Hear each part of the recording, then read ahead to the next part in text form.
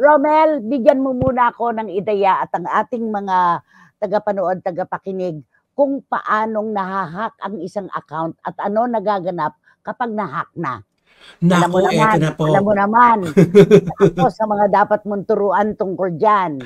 Yes, nanay. Kasi pag nahahack mo na, meron po mga tao na pinipilit nilang kunin ang personal account ng mga tao. Ginagamit nila, binubuksan, pilit nilang inaagaw ang account na yon at sila ang Lalo mismo na, nagpo-post. lalo Correct. na ang mga personalidad. Yun ang Yes, nakakalimutan mo. nanay. Lalo Opo. na yung mga may pangalan, kilalang politiko, mga atleta, mga artista, lalo na.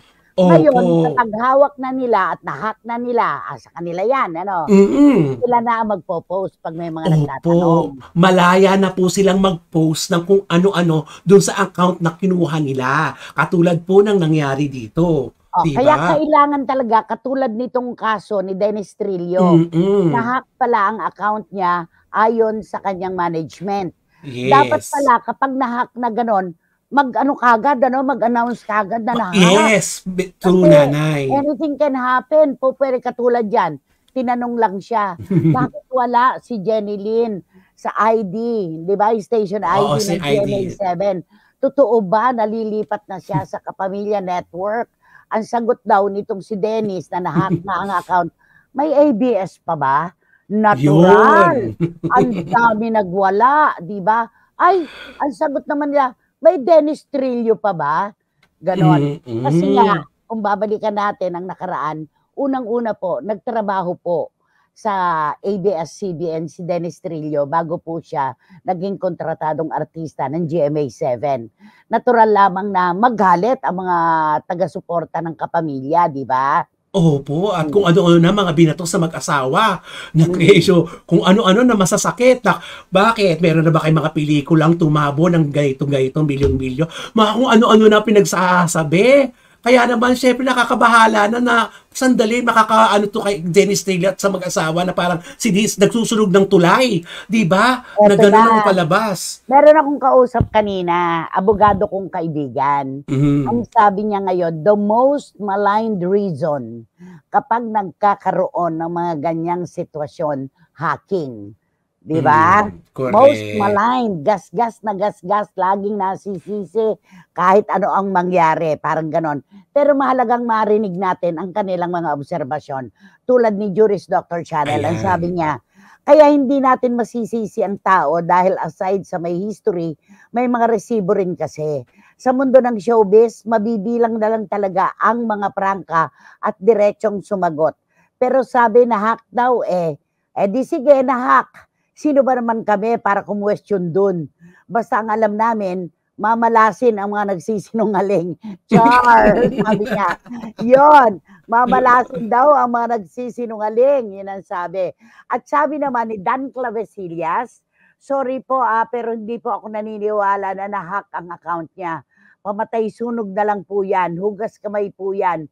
Yan din ang pakiramdam ng mga netizens. Ito kasi ay umalimpuyo kumbaga sa hangin na malakas. Nag-viral talaga. Talagang ito po yung naging rason ng karamihan na ito ay pamatay sunog na lamang. Kasi nga, bakit di agad-agad in-announce, di ba? Dapat daw nung nahack, nalamang nahack, hindi na hinintay pa na lumabas itong may ABS pa ba? Di ba? Parang ganon. At saka Bakit ngayon nagsagutan lang? pa, nanay, eh. Oo, Nagsagutan pa saka biglang oo. nawala. Kaya nga. Pero binura na binura na nung Mm. hacker. Naku, binura na nung hacker, oh. Liars go to hell. Ayan. Hello po, radio mode po ako mamaya at kailangan pumasok today sa opisina. Nako, Miss Nags ng Belgium, nagmamaneho ka, huwag kang Ingat. manunood. Oo. At eto naman ang sabi ni Joe Florendo, tuloy ang kwentuhan na naman tayo. Nako, nanay. Nako, hindi rin sila, I'm sure hindi rin sila naniniwala sa mga nahack na yan. Eto ang sabi ni John, dapat kapag hinahack na ang mga account ninyo, kapag nahack na, agad-agad, pwede naman kayo magpasabi sa management nyo ng agaran, hindi yung kung kailan may mga lumabas na, at saka i-announce na nahack pala. Ito nga din yung kay Dan di ba? Yung kanyang na gano'n. Eto, sabi ni Boycie Karagay, naku, humingi na naman siya ng payo kay Google. Ay, Di ba? oo.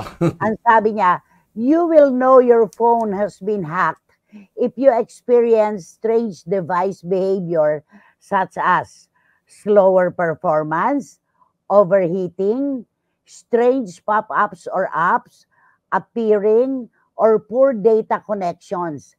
A combination of this, a combination of these issues is a likely sign that your device has been hacked. So, ano to, Boycie? Kailangan naming itanong kay Dennis Trillo ngayon na naka-experience ba siya ng ano sa device niya ng slower performance, Oo. nag-overheat ba ang kanyang gadget, strange pop-ups or apps sa something. Naku, paano ba to? Mga Nakakaloka naman. diagnostic naman. Pero di ba Oo. knowing naman sa ano, mga history ni Dennis Trillo, man of few words tong lalaki ito, kaya nakakagulat din. Na parang, sipin mo, bakit siya magsasalita nun? Eh, wala naman siyang bad, sa pagkakaalam ko, wala naman siyang bad experience sa Eto, ABS-CBN, di eto, ba? kahit hindi ko siya nakikita ng madalas, kahit sa malayuan ko lang siya susukatin, Mm-mm. diretso, prangka si Dennis Trillo pero hindi bastos. Yun Mm. lang. Kasi Ah. pag-aaralan po natin ng nakaraan, ng personalidad para Mm-mm. malaman natin kung siya talaga yung may kapasidad na magsalita ng mga Mm-mm. bagay-bagay na makasisira sa kanyang imahe. Kay Dennis, wala tayong alam na ganyan. Siya po ay napakadiretsong tao pero hindi po siya bastos. Yun lang. Mm-mm. Di ba? Kaya Correct. ang bastos yung nang-hack. Okay? Ayan. Totoo.